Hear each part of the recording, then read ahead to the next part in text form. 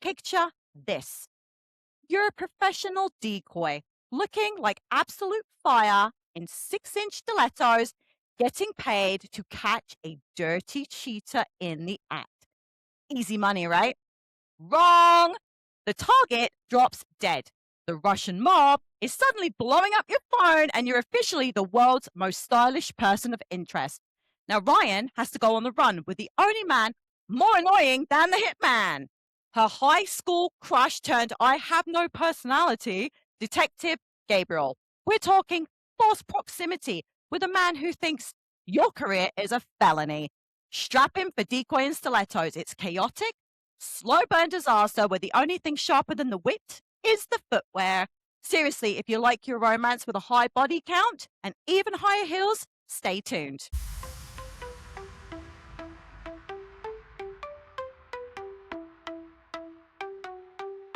Welcome back, readers. Thank you for tuning in to The Adulterous Whore. I'm Stacey, and I have the absolute privilege today of interviewing the author of one of the funniest books I have read this year, Decoy in Stilettos. Thanks for coming on, Selena. Thank you for having me. No problem. The second that your book arrived on my doorstep and I saw the cover, I knew we were going to be good friends. I just knew it. So why don't you tell my listeners all about who you are as an author and just a little brief lowdown on what your book's actually about? Well, when I'm not writing, I'm teaching college courses. I teach creative writing, English, and communication. So my English better be good while I'm speaking, right? Because I'm very bad with my students about that. And so if they see this, I spend a lot of time with my grandsons. I have 2 of them, 16-year-old and a 9-year-old, keep me really busy. Faith, family, and humor, as you can see in my book, are very important to me. And so is resilience. So especially after losing my husband in 2018, I had started this book actually then, and I put it aside to help take care of him. And he made me promise before he passed away that I would finish the book. So I kept my promise to this wonderful, beautiful soul. And losing him changed my life completely, of course. I think it deepened the emotional layers in my books now. So in this book in particular, there's some Easter eggs, which I will talk about later as an ode to my husband. Beautiful. I like to write stories about bold, quick-witted women that are strong, that are not victims, and don't always play it safe, and don't feel sorry for themselves even when things go wrong. And of course, they get into a little mischief because, of course, and Why not? and the men who are smart or brave enough to fall in love with them. Crazy enough. Crazy enough to fall in love with them. Yes. I love that. I really enjoyed your book. So why don't you just give them a quick overview of what this book is about? Because I was absolutely charmed by it. Thank you. Decoy Stilettos, and I'm wearing my stiletto pin. Good luck. It's about a woman who, after her divorce, she wants to start her life over and start something for herself, a business. So she decides to set up an agency called Rambo. And it's a decoy agency where she hires decoys and she acts as one herself and goes out, and women hire her, either they're married or engaged or dating, to find out if their husbands or partners are cheating. So she doesn't come on to them, they come on to her. And so it's pretty easy, she sets it up very safely and everything until a Russian wife hires her, and she doesn't know he's actually a mobster. He drops dead, and you find this out in the first paragraph. He drops dead mid-sentence in his lunch, and then the trouble starts. And of course, there is the frenemies to lovers aspect. The detective assigned to help her is someone she knew in high school, and she hates him, and he doesn't like her very much either. She has good reason, though, I think, right, to be mad at him. Yes. And so there sets up the conflict and their journey. It was okay. Anybody that hasn't read this book yet, she literally comes out the gate swinging. Literally within the first so many pages, we have a dead man who literally dies straight into his food, and I love that. She gets her butt bitten by a dog, and A beast. yeah, I couldn't believe it. She has handcuffs slapped on her. and all the family melodrama. It was like, I'm like, Selena is trying to kill me. Like, I like, didn't know which way to look after like the first so many pages.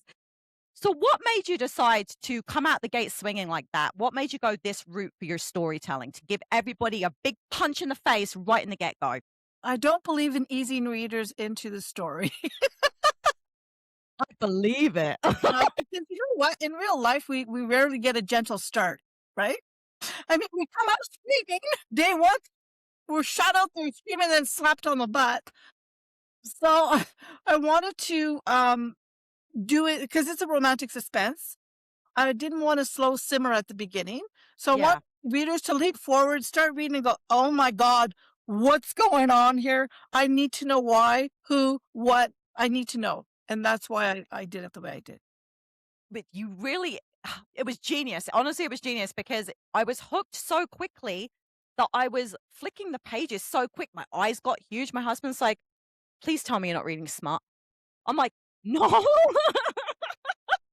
I'm like, "No, no, no." I'm like, "This author is an absolute genius," because she literally grabbed me by my hair and was like, "Read this." That's what it felt like. And I'm like, "Okay, I'm reading this. I'm in." And I was like, "Yes." And you kept the pace up, and I loved that. I absolutely loved that. Now, I have to tell you that when I start a book, there was like 4 chapters before that. And when I self-edit, I look at it really critically and I think, "Nah, chop up those 4 chapters and get right into it." And anybody, you can ask my critique partners, I do that to them. And Yeah? and I say, "I know it's gonna hurt you, but I think you need to get rid of the first 5 chapters." Yeah. Because get right into the story, get your readers hooked in, because to ask for them to sit there and go, I need to know what's going to happen next. I don't need to know all the backstory right now. I just need to know what's going to happen next. Yeah, well, you nailed it because I honestly can say I read a lot of books. I probably read several hundred a year because this is pretty Wow, much you're my all people. I do. This is all I do, and I don't think I've ever read a book that smacked me right in the face the way yours did. Okay? I've never gone in and gone, "Wow." The first 3 pages, and I was gonna finish this book come hell or high water. That's where I was at. Like, that was clever, and I really enjoy the fact that you understand what you wanna put out there, and you absolutely nailed it. Nailed it. Thank you. Now, I can tell that you're a naturally funny person because it literally shines through in your writing. Now, was this always something you planned to do, have humor injected into your books? Is this, like, something you planned from the start, or does it just naturally happen for you? Well, first, thank you. I appreciate that. No, it's not something I planned. You know, honestly, I start off thinking it's gonna be serious. I mean, there's murder involved. There's all kinds of things, but it's sort of natural for me. It's my voice, I guess, what Yeah, you would call it. Uh, and I think for me, humor all my life, it's been a survival for me as it is for my characters. Because I think right. even in the darkest moments, you need to find the humor in it, right? Yes. Um, Yes, you're not wrong. it's a survival for me. Um, about like I'm not funny in telling jokes. I'm a catastrophe. You can tell me a joke, I'll try to remember it, and then if I repeat it, I screw up the punchline so badly that my friends actually say it's funnier than what the joke I don't know what it was supposed to be, but it's actually funnier. So you know, that's to me, comedy is not about jokes. It's about how you view life and things that happen, even when you're crying, even when you want to cry, Yeah. and I think it's important for us to hang on to our humor these days. Yeah. That's beautiful. I completely agree with that. I'm naturally funny as well. Like, I should be more serious than I am. But again, if I try and be funny, I fail miserably. It's horrible. If you just let things come naturally, Yeah, the best way to do it. So I love that. I love that. it's something that it's in you. I mean, I was recently asked to write a blog post about how to write comedy, and honestly, I don't know how I tell you to write comedy. You either have the talent or you don't. I don't think you can teach being funny. I don't think that's something you can teach. No. Oh, it's funny because all the way through the book, I could feel little bits of like who you must be as a person shining through, and I felt like I was getting to know you as well, and it was nice. It's probably one of the better books I've read this year Oh, thank already. you. So You should be really proud of yourself because I am very hard to please. I'm not gonna lie. Thank you. So, your character Ryan, she's very, very messy. Yeah. So messy. Gabe thought her place had been broken into, and I laughed so hard. I have the most atrocious laugh. I snort when I laugh, okay? And my husband's like, I was dying. I was rolling on my stomach. But I wanted to know whether or not you were a messy person and what's your least favorite chore to do? Really, I'm the opposite of Ryan when it comes to Yeah? that. Yeah, So you got Gabe? uh, probably more like Gabe, but, I'm more minimalist when it comes to my home too, Right. because I hate dusting, because it's repetitive, and I figure it's gonna get dusty again. So, Yes. get these things out of the way. I like organization. So I'm actually the opposite. So what I do when I'm inventing a character with some of these traits, I think of what the perfect side of that is, and then I totally write the opposite. Nice. That's how I create something that I'm not. Um, so that way it helps me make her different. Yeah. No, I really like that because I had a friend, this was a very long time ago, and I walked into her house and I could totally feel how Gabe felt in that moment in the book. And I'm like, because I said the same thing to her. I'm like, what happened here? I'm like, are you okay? Like, do you need to call the police? She was like, what? Just come in. I'm like, "What?" And I wasn't sure I wanted to walk in there. I'm like, oh, I don't know about that. Do I need a hazmat suit? Well, that and that she was babysitting her. She had babysat her nephews, but she also, I think, does it to annoy her mother. You know what? Oh my god, talking of her mother, oh my god! Who is she based on? I literally was like, I would have moved to the moon to get away from that woman. Like, Um, yeah, she's based on my imagination, really. okay, I promise no real mothers were harmed in the creating of this book. Okay. Um, but I couldn't give Ryan a perfect storybook family because there's no such thing, in my view. It wouldn't be as interesting. So her mother is very special, as we see. I tried to redeem her a little bit too, but she's actually a combination of all the traits of traditional Italian moms. okay. Watch Well, me get yeah, down on that. nosy, invasive, but yeah, like even the first part, and she was like, "Oh, stay. Does she need surgery?" I'm like, "She got bit on the butt by a dog. Like, what do you think happened here?" I'm like, I couldn't. Like, my mom was very go get your independence. I'm like, that woman would have drove me insane. And that's why she moved out so young. So being Italian, I borrowed a few dramatic moments of all the Italian mothers combined. Nice. So it was a collective, all the bad things you could Collage. think of, Yeah. one person. Like, I don't know, I'm not being funny, but I think I probably would have ended up in the loony bin if she'd have been my mum. Yeah. Something else I noted, you call vodka Smurf, and you have to tell me where that came from, please. I need to know because I was like, I have to know this because now vodka is always gonna be Smurf to me. I'm sorry. Well, that's another Easter egg I planted in the book, and it's an ode to my friend Jen, who lives in Philadelphia. So a few years ago, I went down to visit her, and she took me out to a local bar, and she got this drink with the vodka, Smirnoff, I guess you say. Yeah. Yeah. And it was something else, and I'm a very, very cheap date and a lightweight, like, uh, it only takes a couple of sips and I'm, like, loonier than I am. So I really liked this drink, and I kept saying to the bartender, "I'll have another Smurf." And he's like, "What's your friend talking about?" Of course, Jen would say, "She's Canadian," wink, wink. So it became a running joke between us that anytime we talk about any drink that has vodka in it, we call it a Smurf. Absolutely love it because as soon as I read that part in the book, we cut my because I messaged my friend and she was like, "I think maybe this has got something to do with Smirnoff," and I'm like, "You're probably Yeah. right." I'm like, "But now whenever we talk about vodka and I say Smurf, now you know." And she was like, "Yes." And she messaged me because she had a drink on the weekend. She went, "Guess what I'm drinking?" And she sent me a little Papa Smurf with her drink. Oh, I was dying. So you have now set a joke for me and my friend, and I absolutely loved it. we should invent a new cocktail, the Smurf. The Smurf, and it should be blue. There should be vodka in there and that blue, whatever that stuff is. I'm not much of a I drinker, don't but know the name of it either. Yeah. you know what I'm talking about Yeah. though, right? Begins with a C. Yeah. Yeah, it's something. I don't know. But yeah, that would be brilliant. Or you could even make a book of cocktails. You should do that, and you could all have little Easter eggs from every book where you have like your, oh, it'd be so cute, and you can thank me in the title page. Of course. I'd love that.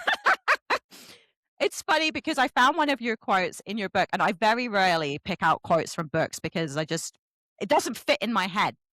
But this one I absolutely loved. And it said, I may be old, but I'm not clueless. I've lived through a few wars, was 8 months pregnant, dancing barefoot in the mud at Woodstock, buried two husbands, and threw out the third before he could pee in my plants. And I was just, I laughed and laughed and laughed. And I need to know that you didn't literally mean peeing on a Yes, I did. plant. I was hoping it was a euphemism for something, and I'm like, I need to know this. And that, oh my gosh. Yeah, I would have thrown that too. That was Ryan's, downstairs neighbor, Mrs., I can't even say her name, I write it, Jabelinski. She's Yeah. like 80-some years old. No, that's literally, she has standards, and indoor plumbing was one of them, so Oh my, I was absolutely dying, and I'm never gonna forget that quote ever because I'm like, peeing on plants, that paints a very big picture, and I was just laughing my ass off. I couldn't help it. Yeah, I had tears streaming down my face. You're hilarious. let's thank you. So, something else that I noticed in here, like, they get all flirty and stuff when they first start having that vegetarian lasagna, and I wanted to know why you decided to go vegetarian lasagna over regular lasagna, and is that something you make at home? Well, Ryan's a vegetarian, so that's what she would make. Yes, I do make it. I love it. I'm Italian, so I like a lot of Mediterranean food, and my family's originally from the south of Italy, so there's a lot of Nice. meatless dishes that Yeah. I'm not a vegetarian, but a lot of Mediterranean dishes that I grew up with are vegetarian based. The reason I made her vegetarian was it served a purpose, as you Yes, know. it It did. served a Yes, it very good did. purpose, and, that's also a little Easter egg in there. Now, years ago, my mother-in-law, who's from England, my in-laws were from England, and they would do Sunday roast because that's a big tradition in their family, We still and do it here. I live in Canada now. I'm from the UK. We still do roasts yeah, on they did Sunday. it here, and, when I was first introduced, I loved it. I thought it was so cool, the little popovers and everything. But my father-in-law had bought how you buy like a side of beef from a farm, and the boys had went with him, and they're sitting down to this beautiful roast beef dinner. This is before my time when the kids were young, and my husband and his brothers started telling my mother-in-law that the cow's name was Rosebud, and she said, "I can't eat something with a name." Why did you tell me that? Oh, no. Every time they would eat, they go, "Rosebud's really tasty." So I never forgot that story because she told me about how little, mischievous her boys were. So I thought, someday I've got to use that somehow. And it fit perfectly into this plot. As you know why. We won't Yes. spoil it, but yeah. No, no spoilers. I'm trying not to do that. That's why I kind of only went so far with my questions into the book because I was really worried about that. And I'm not very good at not spoiling things. So I love Gabe, okay? Right from the get-go, even knowing, like, the stuff that happened between him and Ryan, I still really liked him. But is he based on anybody in your real life? Elements from somebody you know? Well, every hero that I write, and I think most romance authors will tell you this, we have to fall in love with them. Because if I don't fall in love with him, you're not going to like him very much. So that's the one thing. All my heroes do have traits of men in my life that I know, specifically my late husband. Love Gabe that. more than the other heroes. But most of him came from my imagination of how I created him. My husband wasn't into grand, mushy declarations, or, I mean, he never bought me roses, but he planted me a rose garden. Aw. Well, Uh, that's better. Exactly. He would come home just out of the blue with something that I mentioned that I might have liked. He bought me this tea thing that warms up my tea on my desk while I'm working and things like that. But he wasn't the type to write poetry or any of that stuff. He just Yeah. so I gave that trait for sure. Um, and most importantly, my husband understood my humor and my mischief making and all Oh, that. yeah. Which is important for a hero to appreciate in the heroine. So, Gabe just stands there and handles things, right? As you saw, he does it But he's a cop too, so he has those, alpha traits. But he also Yeah. has faults because we need to give our people aren't perfect. So, yeah, he's a little bit of people that I know, but mostly my imagination. But like every writer, we take inspiration from the people in our lives. Yeah, I had somebody on, this was last year, and she was like, "I literally wrote this character about somebody I actually knew." And then she read my book and I was panicking because I didn't think she would, and she was like, she had no idea it was her. Not, and she was like, "This person was like, I hated them." And she was like, "I was looking right at her thinking, that's you, sweetheart. That was you. And you don't Dear. like yourself then." But she didn't say anything, but I was laughing so hard. Because I know a lot of authors try not to base it on people because, No, people we get take upset. inspiration. We take inspiration. Yeah, it's smart, very smart. So I already know that you like to be organized. So I'm guessing that you're probably not much like Ryan in the sense of being a chaotic, messy person. Do you have somebody in your life that is like her? Again, this is an Easter egg. The coaster thing? Yep. Yeah. Okay, well, my late husband was legendary about his devotion to coasters. I don't know what it was about him, chasing me around the house with a coaster, and I would do it on purpose, right? I would pick up a cup of tea and go, "I have tea." And he'd say, "Don't forget the coaster." And every time we traveled a lot, and every time we traveled, he'd pick up these really different coasters, and so we have a collection of them. And so it became a running joke in our house. He knew I was doing it on purpose. So much so my critique partner, who's also an author, Alexandra, she, she named him Coaster Man. So, and people would come over and he's, suddenly slip a coaster under their wine glass or something, and I'd look at him, he goes, "I'm on the job." He was So very funny. funny. So I felt That's it was worth immortalizing. So was your husband very like neat, or was it just the coasters was like his thing? No, just the coasters. Was there anything specific about it? Was he protecting the furniture or The furniture, he was just yeah. was just a thing with him. He wasn't a messy person, but he wasn't as neat as I am. He had his strengths. Outdoors, the garage was always very neat, the woodworking stuff, the gardens and that. But he didn't obsess over the indoors like the way I did. So it was a good balance.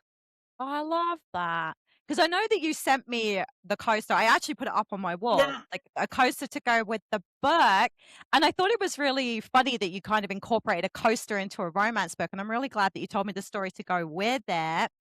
But with your other books, do you always have something like that Yes. in there to Yes. send with the books? Oh Yes. my God, that is so cool. Because I Yes. was like, because I saw the coaster, I'm like, "Huh, this was," usually it's bookmarks or, stickers Yeah. or something, and I'm like, "Coaster, this is different." And then I read your little note and I'm like, "Oh, I was so intrigued." So you already hooked me there as well, but I love that. I love that you have these little odes out, like, to Yeah. things in your real life. It was absolutely brilliant. One thing I did really enjoy is the fact that the 2 of them were flirting over food, like, with food, and I thought it was really cute, and I haven't really seen that much either in romance books. But I wondered if that was because you were a foodie. Um, I am, definitely. And I love to cook. I blog my recipes a lot. My blog is filled with a ton of recipes. And I like it experimenting with different cuisines, ooh. like Do different you mash them up, like blended, like yes, I infusion they do. call it, right? I don't follow recipes really well because I think I'm gonna change that a little bit, you know? And even writing recipes is a challenge for me because I don't tend to measure sometimes. Except in baking, you have to. But yeah, I really enjoy food and reading go together.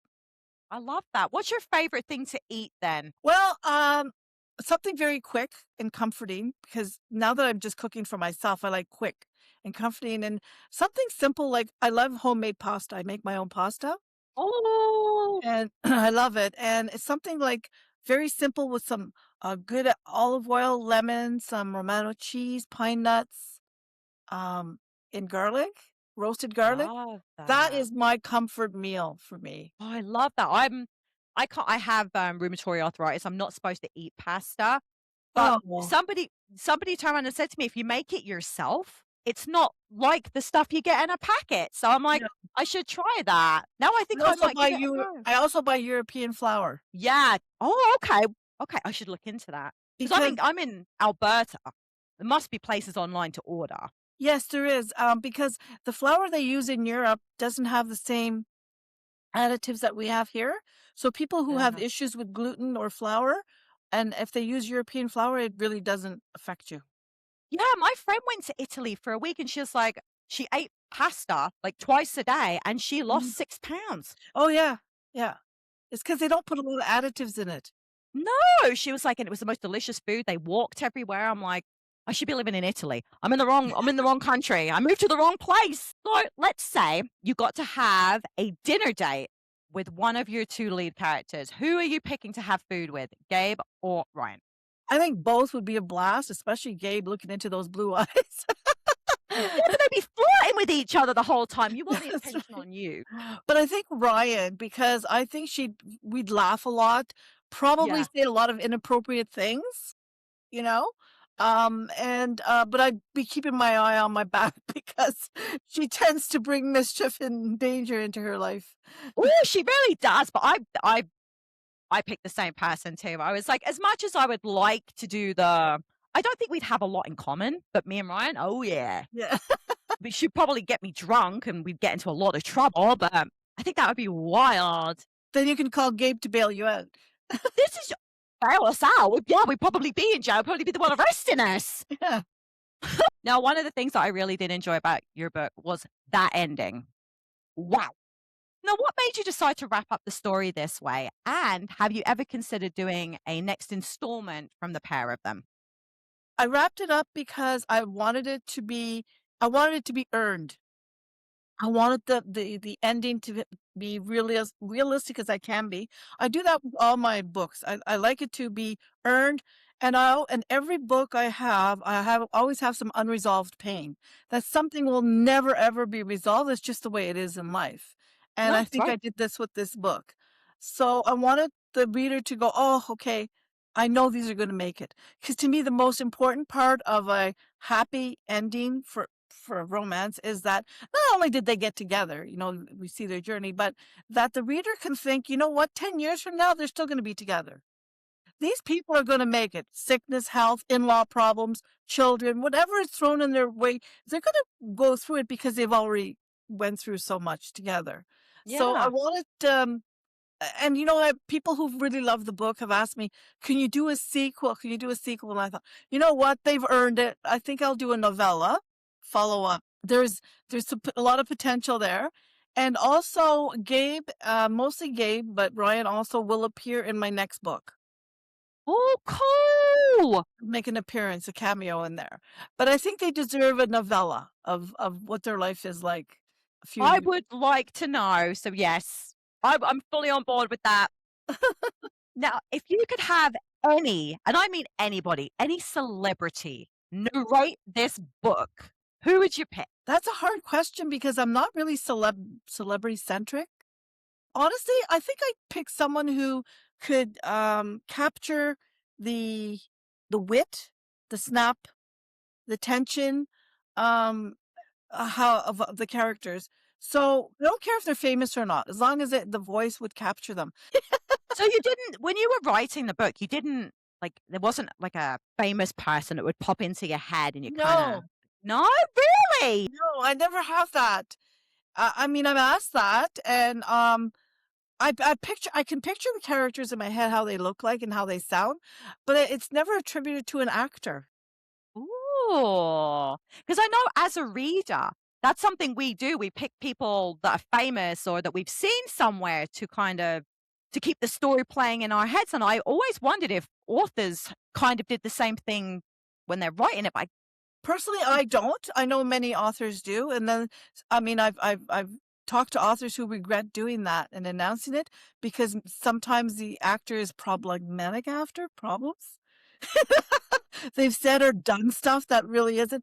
I've never done it because to me these are my characters, and yeah, I created them in my head, and it's hard for me to attribute them to somebody in real life. no, that makes sense. I actually quite like that. So when you were writing this book, did you come across any unexpected challenge while Mhm. writing it? Oh, yeah. There was a few times where, again, we won't spoil it, but I put Ryan into situations and I thought, "Okay, now how am I gonna get her out of this? What did Yeah. I do? What have I done? It's gonna be really difficult to get her out of this." So I had to really work at, replotting, digging deep into her introspection, into her point of view, making it as realistic as it possibly can without overwhelming the reader with a lot of plot points and information. So that's a challenge, but it all worked out. No, it sure did because I didn't notice any. One of the I have this habit of going through and just seeing if I can find a little plot hole, and I didn't see any. Like, I didn't find nothing. So you weaved this story so tight, I couldn't find a hole in it anywhere, which is There great for were you. draft number 6 probably, there were some plot holes, and that's where I had to go back in and say, "Okay, how am I going to figure this out?" And that's where it's fun actually, because you can add the traits and different things, even for the villains, so Yeah. that you write your way out of this corner that you backed yourself into. No, that's fine. I wished I could write because I have so many great ideas, but the second I put pen to paper, I'm like, "Yeah, no. It's not my thing. You never Not know. my thing." Well, you never know, but I even have I get writer's block writing book reviews. I couldn't imagine trying to write a whole book. I'd be terrible. No one would read that. I know that you went and did a book signing yesterday, and as a reader, I'm always really excited to meet authors. Do you have any memorable moments of ever interacting with a reader of your book? Yes, actually, a few years ago, I had a short story, published called "Tempted by an Angel." Yeah. I'll send it to you. It's all comedy. It's a cute little story, and it was published in a magazine. And somebody had subscribed to the magazine, and she gave it to her husband to read because she kept laughing and laughing. And he said, "Why are you laughing?" She says, "Would you just please read this? I know you don't usually read this kind of." He read Yeah. it, and she wrote to me because she was in tears. It was the first time he laughed in years because he was a paraplegic. Yeah. He had depression issues, and she said, "Just want to thank you because he laughed." And that Aw, just it touched me so much, and I said, "Give me your address. Any book that I write, I'm sending it to you. Like, you just I enjoy it love on me." You know? Oh, And that's something that doesn't leave you. yeah. And, that really meant a lot to me more than anything. It just really touched me. And yesterday when I was at the book signing, it was so heartwarming because the author next to me, coincidentally, was a student in my creative writing class 2 years ago. And she came over and she says, "You probably don't know my pen name, but she told me who she was, and I couldn't remember her until she showed me her book. And then I remembered the first chapter because they have to write a first chapter. So I bought it, of course. And she said, "I wasn't even going to write the book, but after the course, I decided to go. You inspired me. You told me to keep writing." And I did. So that was really good. That is incredible. That is That makes it absolutely worthwhile, you know? yeah! Oh my god. That's brilliant. That's absolutely brilliant. I love that. Now I have to ask, most authors don't, but do you read reviews about your own books? Absolutely, yes. I'm not Yeah? gonna go and say I don't. No, no, no, I do. I mean, to me, I do read them. Of course I do. I mean, I say I'm not going to, like most authors say that, but I'm curious. I want to know what they think. So yes, I do read them. But, then I leave them alone because my job is to tell a story. That's their space. It's not for me to invade. If they don't like it, it hurts. I'm not gonna lie. If somebody says, they don't get it or they don't like it, that's fine. But then I remember we all have our different choices of what we like. Yeah. But it's fun to read some of the comments. One that stands out to me was actually a book reviewer as well. We did a podcast, and she opens up her review was this book made with crack? Okay, seriously. I was so addicted, and she said it's days later, and I still can't get it out of my mind. I'm the What are you same doing? way. There's I crack in this book. I said the same thing. I was messaging my friend. I'm like, "Hey," I'm like, "You can borrow my copy, but it comes back when you are done." I'm like, "Seriously?" I'm like, "You're gonna love it." And she was like, "Oh, but my mum said she might be interested." I'm like, "No, no, no. It comes back when you're done. She can buy a copy." You know what? I just like to read different perspectives too to see what if the people understood what I wrote. Like And Yeah. it's so nice to see all the different ways people, and not everybody's gonna like your work. It's impossible. There's no Well, such thing of as course. a p so and the ones that have any negativity, I say, "Okay, well, that was them." And that's fine, and I move on. If, for example, now this has never happened to me, but when authors ask me, "What would you do if somebody's saying there's a lot of negativity?" If I had a whole stream of negativity on something, I would seriously take a look at the book and see maybe they're right, you know. But sometimes just somebody just doesn't like that type of story, and that's fine. Yeah, sometimes it's just I find sometimes that when people use the same tropes too, like I there's an author that I like, and she always uses the same 4 tropes, and after a while, it just gets a little it's Yeah. too much the same. It's not that there's anything wrong with it, and maybe if somebody had started with book 4, it'd be okay, but for me, I'm like, "I'm tired of this now," you know what I mean? I know as a reviewer that sometimes I love books and other people don't, and I'm like, "What's wrong with you? It was fantastic." And then they love books, and I'm like, "Did we read the same book?" So it's we're not all the same, and that's okay. I wondered if you read the reviews because I know my friends like, I have to know what other people are saying about what I'm doing." And I'd be really nosy like that too, I'd have to I'm know. nosy enough, yeah, and I'm an Yeah, avid reader as well. I read a lot of books as well, and sometimes I'm thinking, what did I miss? I didn't really like the story, and everybody yeah, seems to love it. So, it works both ways. yeah. I think sometimes for me, it's a mood thing.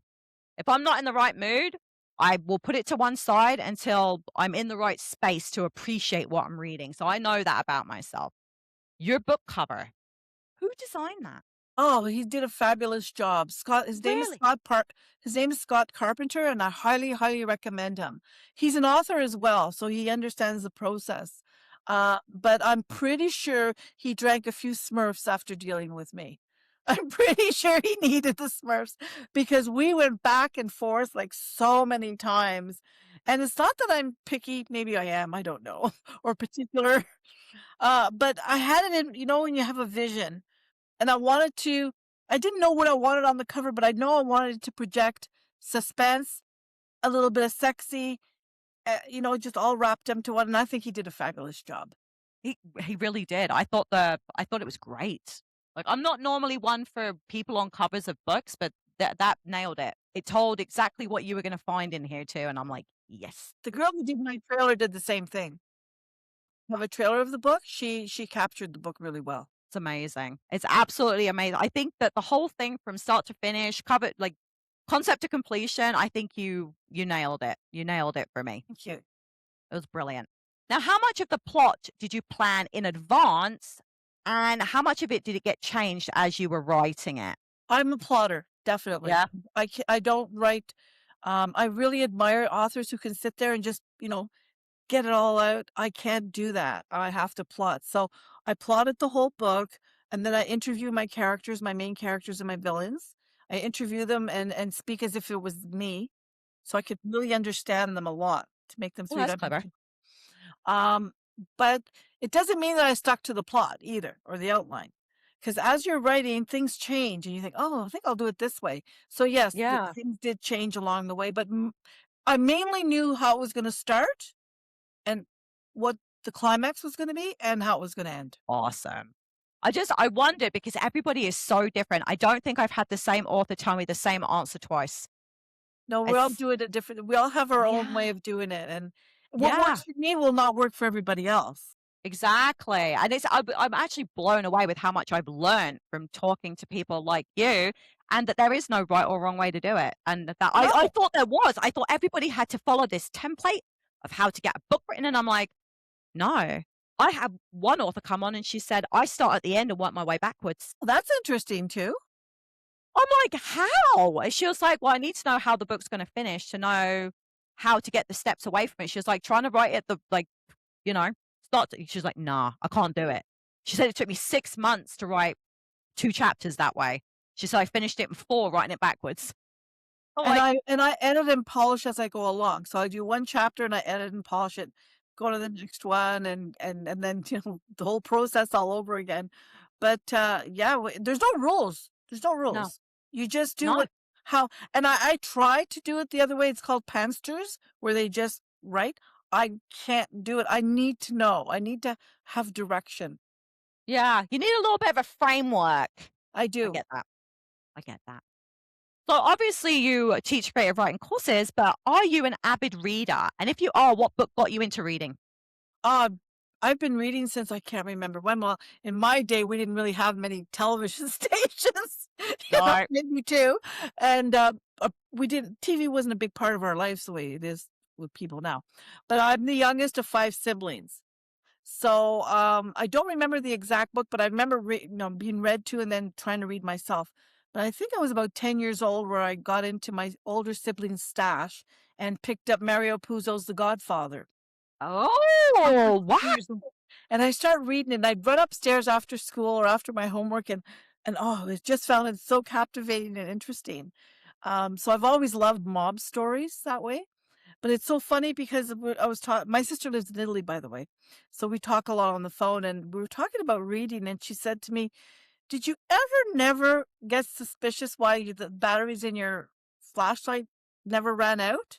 Because when you're young and you're supposed to be in bed, I have the flashlight on reading under the covers, Wuthering Heights and all these books that I loved. And I said, I never thought about it. She said, Mom used to replenish your battery. She knew you weren't sleeping. Didn't want to disturb your reading. So I thought, well, that's kind of cool. So yeah, I've always, always, always read. I find reading helps you escape better than actually watching a movie. Yeah. Sense. Well, because it gets everything going. The TV's teaching you and showing you what you should be seeing, opposed to using your imagination to drive it there. I've always preferred reading. But I have to know, as you're a reader, do you dog ear your pages or do you use a bookmark like a civilized human being? No literary vandalism in my house. Nah, literary vandalism. No literary vandalism allowed.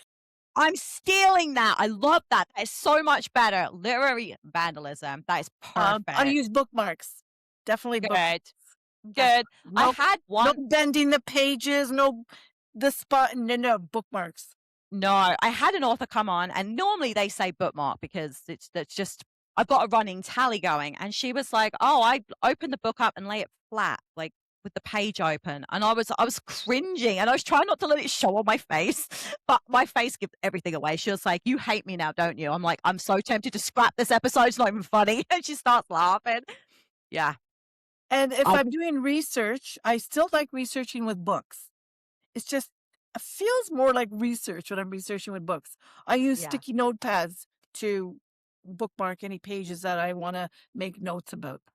Yeah, that's smart. That's really smart. I can't annotate either. It feels like I don't know, put even that tiny little bit of glue in the pages, it makes me really nervous. And I used to be a really chaotic reader. I used to like leave my books everywhere. Now I'm like, oh no, I know where you're supposed to go.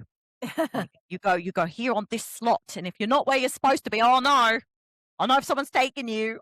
It's funny how much I've changed as I've gotten older. That's hilarious. So I have a little game to play just to wrap everything up. And we're going to do a this or that literary edition. So just pick one. You can say both if you have to, but try and pick something. Do you Okay. prefer hardcover books or e-readers? Paperback. Oh, yeah, definitely. Now, when you're writing things down, do you prefer to use a pen and paper or your laptop When I'm reading a book, or notes? notes, pen and paper, and I have sticky pad collections. Nice. Do you have fancy ones with pictures on it? No, I have different colors though. Color code. Oh, yeah. Organized. That's right. You're organized. I forgot. Do you prefer writing in the mornings or are you more of a night owl?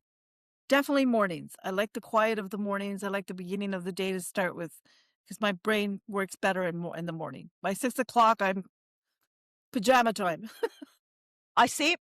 Lots of people say either morning or like nighttime. I am not fully functional until about midday, and it probably lasts for about an hour. Now, you've already said that you like to do a lot more inspiration, but do you do a lot of research when you're doing your books? Yes, I do. I research the technical things, like the people's careers. Well, not her career because I don't know anybody who runs a decoy agency. That came out of my mind. I don't even, I'd never heard of that. And then somebody turned around and said, well, you have people that do like that honey potting, right? Yeah. but they deliberately try and get these people in Yeah. trouble. So this one was a little different. I'm like, "Oh, nice." For the police aspect, I'll interview somebody who's in the police force. For my other books, any career that I have in the books that I don't particularly know a lot about, I research that for sure. Yeah, cool. I love that. Would you prefer going to the mountains or the beach? The beach. Yeah, me too. I live in the mountains and it's not as much fun as people say it is. It's not romantic at all. Snow is not romantic. I don't care who you are. Do you prefer drinking tea or coffee? Tea, and I've never had a cup of coffee in my life. Really? I don't like the smell, I don't like anything about it. So much so that when we went to Italy to visit my family, I thought they were gonna kick me out of the country and take away my Italian card because I don't like coffee. Say that. Isn't that like your official drink of your country? Yes, it is, but Yeah. I don't like it. Now, my sister tells It's like me Tim because Hortons. my mother told me when and my sister said when my mother was pregnant for me, she used to get really sick with coffee, and she loved Oh, coffee, and I'm the only one she couldn't drink it with. So, I maybe don't that's know if it's why. that, but, no, tea, it has to be Earl Grey. Oh, I love Earl Grey. I like Lady Grey too. I'm not gonna Lady lie. Grey too, yes, I like Lady Yeah. Grey. I like my flavor teas. I'm more of a peppermint kind of girl. Yeah, definitely Earl Grey is one of my favorites. Do you prefer summer or winter? You're gonna really laugh at this, but winter.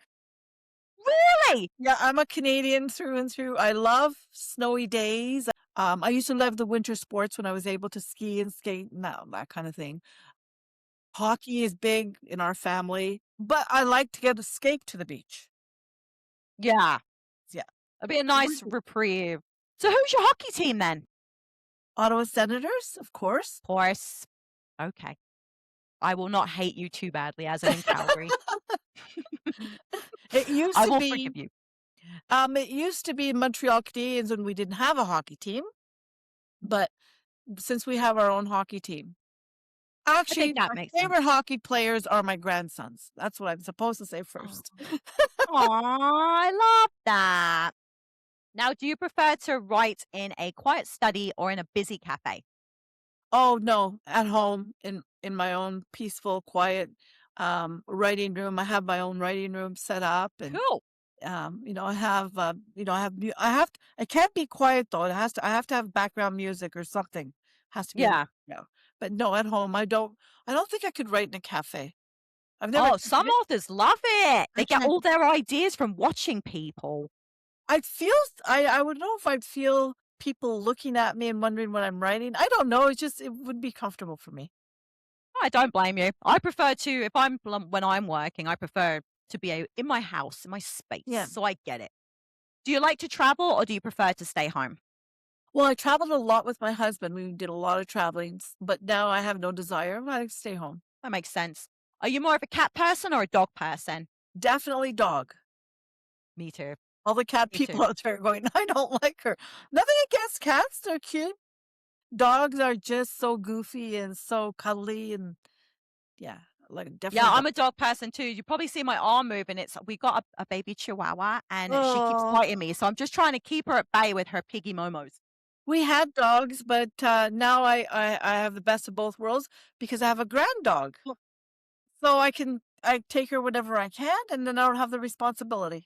And then you give them back when they're done. Yeah. I love that. I love that. I can't wait to be a grand puppy parent. That'd be Yeah. excellent. Because right now, this one's being a terrorist. Do you prefer character driven or plot driven stories? I prefer character. 'Cause I think the characters the plot's good, there needs a plot for sure. I don't just want it to be about a love story, but the characters are what I get attached to. Yeah. I have to love a character to want to continue reading the book. Because if I don't, I couldn't care less. So what's the point in continuing? Because I don't care if you get happily ever after. And So I'm with you there. I like a nice healthy balance, and I think you did that really well with your book, but I have to love the characters too. So it's yes, the I same agree. with TV series. If I hate a character at the show, I don't wanna watch it anymore. It's the actor for me. There was an actor on a show I watched the other day, and his face was getting on my nerves. And I was not his fault. It was just he pulled faces, and I'm like, "Oh, I can't do this." And Yeah. and I stopped watching it, and that was it for me. Do you like happily ever afters or bittersweet conclusions? I like happy endings, but not happy like Disney Walt Disney endings, you know, the princess Yeah. and the prince drive off in their carriage. I like, that's why I like the romance genre.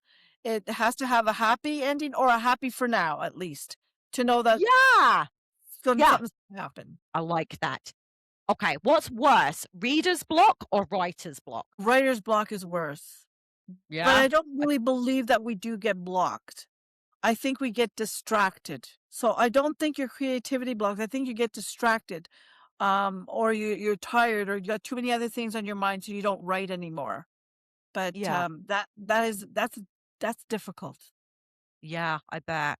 I bet. I get writer's block just trying to write reviews. Sometimes I'll get stuck on a book, but I think it's more of a mood thing. But yeah, Yeah, I completely agree with you. I bet writer's block sucks. But it again, does. Yeah, normally with my reviews, it's because I'm not ready to write it yet. So I just move it to one side, come back later. Usually works out for me. One of these days it probably won't. Last question for you though. Do you write based on originality for your story or what the readers are expecting from you? I write what I myself would love to read, and I write the story that I feel I want to tell the world. Don't Yeah. write. I'm too slow to write to market. I'm not a fast writer.